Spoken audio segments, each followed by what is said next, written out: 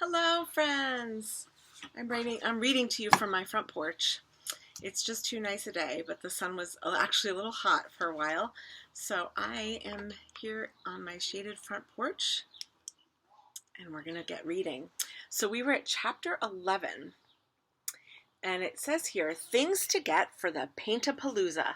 Painting gloves, a big bucket, tape, plastic tubing. By bedtime, Rosie had a basic model of the Paint-A-Palooza 2, but she had so much more to do. She needed big painting gloves and a bigger pump June could use with Friends, I'm going to try that again. It's a lot of words. Okay, by bedtime, Rosie had a basic model of the Paint-A-Palooza 2, but she had so much more to do. She needed big painting gloves and a bigger pump June could use without electricity. Yes, I did it that time. But Rosie was too tired to keep working. She went to bed but could not sleep. She was worried. What if she didn't finish in time? What if the contraption squirted the crowd with paint? What if somebody knocked it over? What if... Stop and think, Rosie said out loud, and there she is, talking to herself. Rosie had a great imagination. It made her a great engineer. But sometimes her what-ifs got carried away. Does that ever happen to you, friends, where you start to worry about something and you think, what if this happens? What if that happens? And then you're suddenly like far, far away in your thoughts instead of dealing with right this moment. It's one of the reasons we take those mindful moments is to kind of return back and just, she's saying like to herself, stop and think. It's kind of like when we say to ourselves, let's breathe and just return to what's happening right now. It made her a great engineer, but sometimes her what-ifs got carried away. When that happened, Rosie had to remind herself to stop and think differently.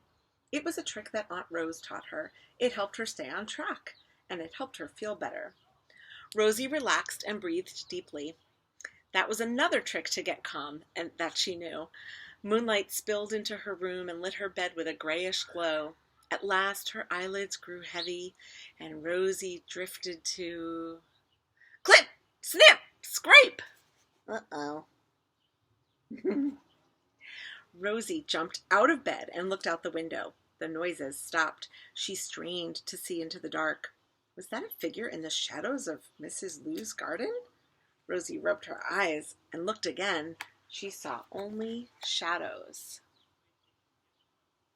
Wow, look at that illustration. The pampas grass glowed dimly in the moonlight and swayed in the cool night breeze. Suddenly, a chill passed over Rosie. She climbed back into bed and pulled the covers up to her chin. Rosie shook away the image of the shadowy figure and thought about buckets and pumps and painting. Slowly, her eyelids grew heavier and heavier. Then, at last, Rosie Revere slept. So friends, even though the moment has passed, at least I think, I shouldn't say we know, but I suspect and guess that somehow this picture is important. It's an important part of the story, this part about seeing Mrs. Lou in her garden. Chapter 12, and here is the illustration. It says paintbrush, paint flows out onto brush, tape, giant garden glove, thin metal curtain rod, this is hollow, plastic tube, and paint flows in here. The reason I have to keep turning the book around is because I'm seeing the words backwards on my screen. Chapter 12. Rosie woke early and hopped out of bed. The Blue River Creek Festival was one day away, and she still needed a working pump. Rosie went outside. Iggy and Ada were already in the yard, filling small jars with paint and water. They were doing an experiment to find the perfect mixture. If it's too thick, it won't flow through the tubes, said Ada. If it's too thin, it will drip off the canvas. Rosie went to the patio to get a small table for the Paint-A-Palooza. A big blue bucket sat on the table. It was filled with plastic tubing and waterproof tape. Thanks for getting this stuff, Rosie yelled to her friends. Oh, she yelled it, so thanks for getting this stuff, Rosie yelled to her friends. They were too busy to notice. As Rosie worked on the pump, Ada and Iggy experimented, and Gizmo chirped from the tree. Rosie attached thin metal curtain rods from the thrift shop to a giant pair of garden gloves.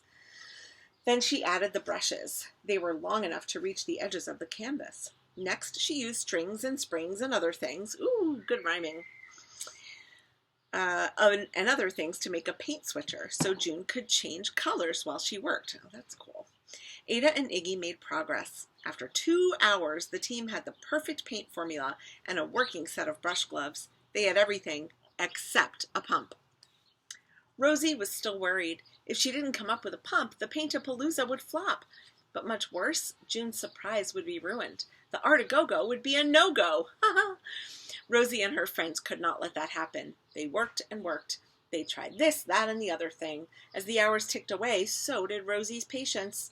"Why don't we take a break?" asked Ada. "A timeout helps me think better." "We need more paint," said Iggy. "Let's go get some." "You and Ada go," said Rosie. "I'll keep working." Ada and Iggy grabbed Rosie's wagon and headed to the Happy Sapling Art Store. And here on the wagon it says, "We can do it." Rosie looked around the yard. It was a mess. The grass was filled with puddles of paint. She turned around and stepped right into a big bucket of blue paint. Sloop! Oh no, sploop! We're going to talk about words like that which is not a real word, sploop. But there's a name for these kinds of words that I'll tell you guys about later. Blue paint glopped all over her red shoe. Frustration boiled up inside Rosie. She wanted to throw the bucket and the Paint-A-Palooza into the trash can. "Ugh!" shouted Rosie. She kicked her foot to shake off the paint. Zoop! Rosie's shoe flew off. It soared through the air and smacked into the tree right next to Gizmo. Gizmo chirped angrily and flew off. "I'm sorry, Gizmo," yelled Rosie. Rosie chased the bird, leaving a trail of blue footprints as she went. But Gizmo was too... Oh boy, that got dark there. But Gizmo was too fast. Halfway around the block, Rosie gave up. She was frustrated and frazzled. She couldn't think straight, but that was exactly what she needed to do. "Stop and think," Rosie said. Rosie plopped down beneath a tree. She took a deep breath and tried to calm down. It helped a little. Ada was right, thought Rosie. I need a break. Rosie got up and walked down the sidewalk. As she walked, her anger faded, like her blue footprints on the concrete. With each step, the prints were lighter, and so was her mood. She hoped Gizmo would be waiting for her at home, and that's right where Rosie found her. But she was not alone.